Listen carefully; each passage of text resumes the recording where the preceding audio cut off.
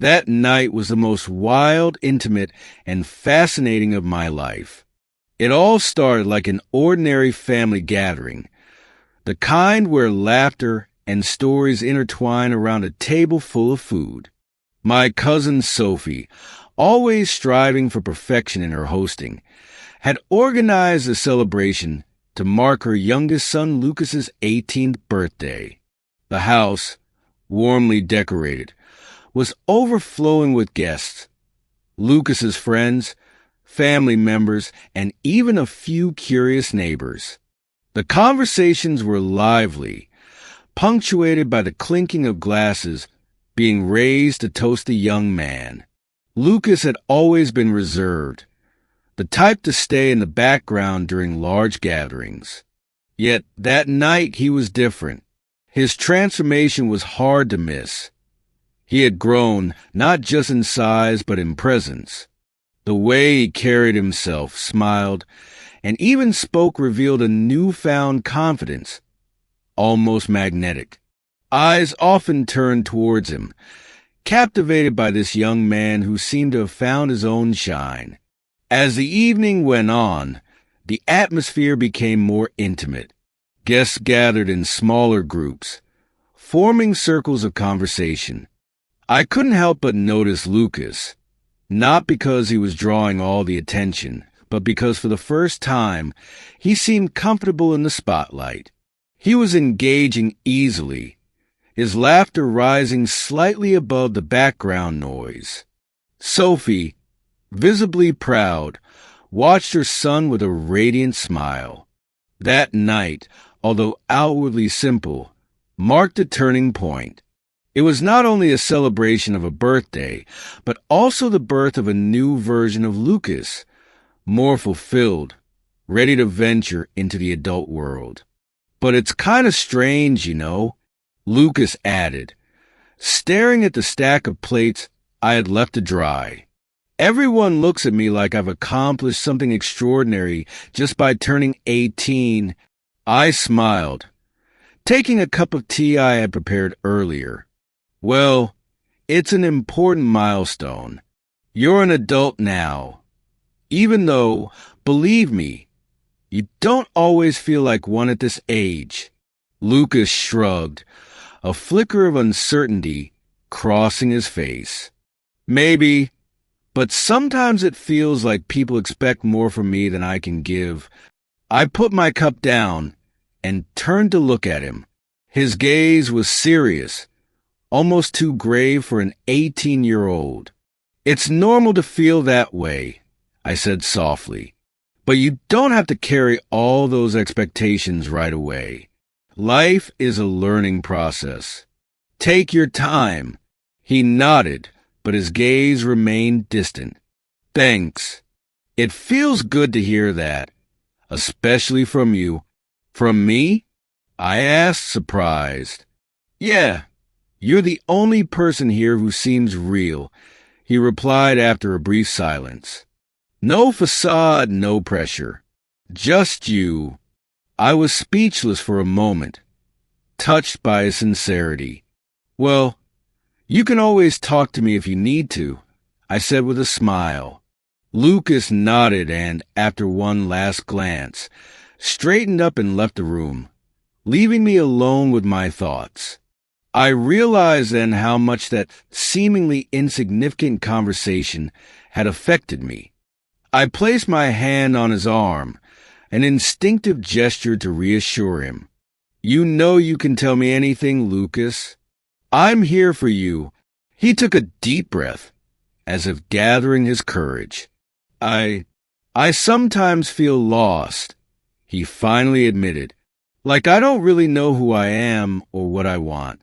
Everyone around me seems to have plans, certainty, and I'm just going with the flow. His confession surprised me, but not as much as the vulnerability he was letting show. Lucas, the confident boy in front of others, was revealing a fragility that few people must have seen. You know, it's normal to feel that way, I responded after a moment of thought. They make you feel like you should have it all figured out at your age, but the truth is, we spend our lives searching. What matters is being honest with yourself and taking the time to explore what you really want. He slowly nodded, a faint smile forming on his lips. Thanks, Annie. That's exactly what I needed to hear. A silence settled, comfortable this time, as if my words had lifted a weight he had been carrying. You know, he added after a moment, I'm really glad you're here tonight. It makes all the difference. Touched, I smiled at him and gently patted his arm. I'll always be here, Lucas. Never forget that. He thanked me with a sincere glance before heading back to the living room, leaving behind a calm atmosphere, but one still filled with a strange intensity. I remained silent for a moment, watching Maxime absorb my words. His gaze was fixed on the floor, and the air felt charged with a tension neither he nor I knew how to dissipate. You're a smart and sensitive boy, Maxime, I continued gently. These emotions, as confusing as they may be, are part of your journey, but it's important to find healthy ways to understand and express them. He slightly lifted his eyes, a mix of confusion and gratitude in his gaze. Thanks, Annie. I guess I just needed to talk to someone, he murmured, his voice barely audible. And it's a good thing you came to me, I replied with a reassuring smile. You don't have to go through this alone. If you ever need to talk, I'm here. Always. Maxime nodded, a spark of hope in his eyes. He seemed relieved, though the awkwardness remained. I'm going to get some fresh air, he finally said, standing slowly. It'll help me think. Good idea, I agreed, watching him leave the room. Once alone, I let out a deep sigh, finally feeling the tension ease. This conversation had shaken me more than I wanted to admit. I returned to the living room to join Paul and the other guests, but my mind was elsewhere. The music and laughter surrounded me, but a part of me remained absorbed in the conversation with Maxime. I wondered how best to help him navigate this complex period of his life without judging or pushing him away. As I sat down next to Paul, he placed his hand on mine, probably sensing my distraction. Are you okay? He asked softly. Yeah, I'm fine, I replied with a quick smile, avoiding going into details. It wasn't the time or place to talk about it. The evening continued, but I kept an eye on Maxime, who seemed calmer after his walk. He was surrounded by his friends, laughing and joking as though nothing was wrong. Yet, I knew a part of him remained troubled. I decided that it would be important to keep an open connection with him, to show him that he was not alone, even in his most troubling moments. Sometimes, offering a listening ear and a bit of understanding can make all the difference. As the evening went on, the house gradually emptied. Guests left in small groups, leaving behind the remnants of a lively party and echoes of laughter that seemed to still linger in the air. I occupied myself with washing the dishes alongside Antoine, who had quickly noticed my unusual silence. You seem distant tonight, he said gently, stacking plates. Is everything okay? Yes, just tired, I replied with a forced smile. I knew he wouldn't ask more questions, but his skeptical gaze told me he wasn't entirely convinced. Maxime, on the other hand, had found refuge in the garden. I watched him through the kitchen window, sitting on a deck chair, his phone in hand. His face, illuminated by the bluish light of the screen, was frozen in a pensive expression. I wondered if he was reflecting on our conversation or just trying to regain a semblance of normalcy. I'm going to get some fresh air, I told Antoine, wiping my hands on a dish towel. As I stepped into the garden, the cool night air enveloped me, offering a breath of calm. Maxime looked up when he heard my footsteps, but didn't say anything. I sat down next to him, letting the silence stretch. Maxime, I just want to make sure you're okay, I finally said, breaking the stillness of the night. He nodded. Yeah, I'm fine.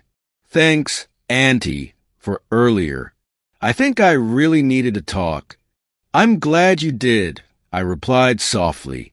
And you know, just because that conversation was difficult doesn't mean it was a bad one. Sometimes, facing these things is what helps us move forward. He gave a small smile, this time genuine. You're right. Thanks for not judging me. Never, I said firmly. You're important to me, Maxime. If you're going through something, I want you to know you don't have to do it alone. We sat there for a while, looking at the stars in a peaceful silence. For the first time since the beginning of the evening, I felt that things were going in the right direction. Maxime still had a long way to go, but he had taken an important step by sharing his feelings. And I knew my role would be to support him with patience and understanding. In the following days, life went on as usual.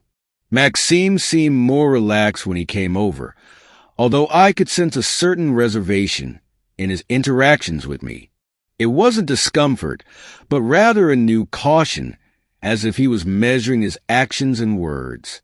One Saturday afternoon, he arrived with Lucas to help Antoine repair the garden fence.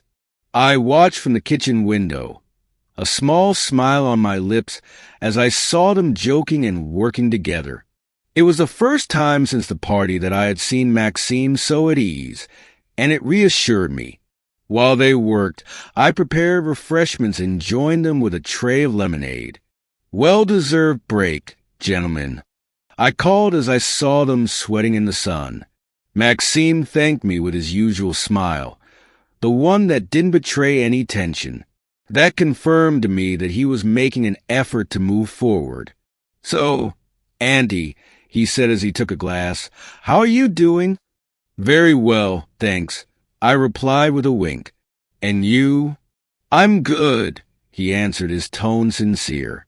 I'm busy with school and work. It helps me keep my mind clear. We continued talking about trivial things, like summer plans and the latest sports results. Lucas, always jovial, made jokes to lighten the mood. It was a simple, normal interaction, but it marked an important step. Later, when everyone had left, I found myself alone with Antoine in the living room. He asked me why I had seemed so attentive to Maxime lately. I took a deep breath before answering, searching for the right words. He's going through a bit of a tough time, I finally said. He needed to talk, and I wanted to be there for him. Antoine furrowed his brow slightly, but didn't press further. It's good that he has someone he can trust, he said simply before changing the subject. This conversation reassured me that I had done the right thing. Maxime seemed to be on the right track, and our bond remained intact, though a little different. Life, with its unpredictable and sometimes troubling moments, continued, reminding us that understanding and compassion were essential to overcome relational challenges. A few months later, family life had returned to normal, and the memories of that particular evening had faded, at least on the surface. Maxime, now a student, rarely came by, occupied with his studies and a seemingly busy social life. When he did visit, he radiated with newfound confidence, his doubts and hesitations seeming like a distant past. One Sunday, when he came over for a family lunch, I discreetly observed his interaction with Lucas and the other family members. He laughed easily, spoke enthusiastically about his classes, and shared anecdotes about his friends at university. It was a striking transformation, and it reassured me. At one point, he took advantage of a moment when we were alone to thank me. Annie, I just wanted to say thank you for everything. he said softly, his gaze sincere. I smiled, touched by his honesty. You don't have to thank me, Maxime. You did the hardest part yourself. I'm proud of you. He nodded, a shy smile on his lips, before telling me he had met someone, a girl who was helping him better understand his emotions and feel more at ease with himself. That confession warmed my heart. The rest of the day went by in good spirits, and I noticed how much he had grown, not only in age but also in maturity. Seeing him like this, I finally allowed myself to turn the page on that troubling moment, confident that he was on the right path. A few weeks later, he sent a message in the family group, sharing a photo of himself and his new girlfriend, smiling and close. The family's enthusiastic reactions didn't take long to come, and I took a few moments to write him privately. I'm happy for you, Maxime. Take care of yourself and her. His response came almost immediately. Thanks, Andy. It's also because of you that I've been able to move forward. This brief but meaningful conversation definitively closed that chapter in our lives. If this experience had taught me one thing, it was the importance of listening, even in uncomfortable moments. Sometimes, all it takes is being a caring presence to help someone find their way.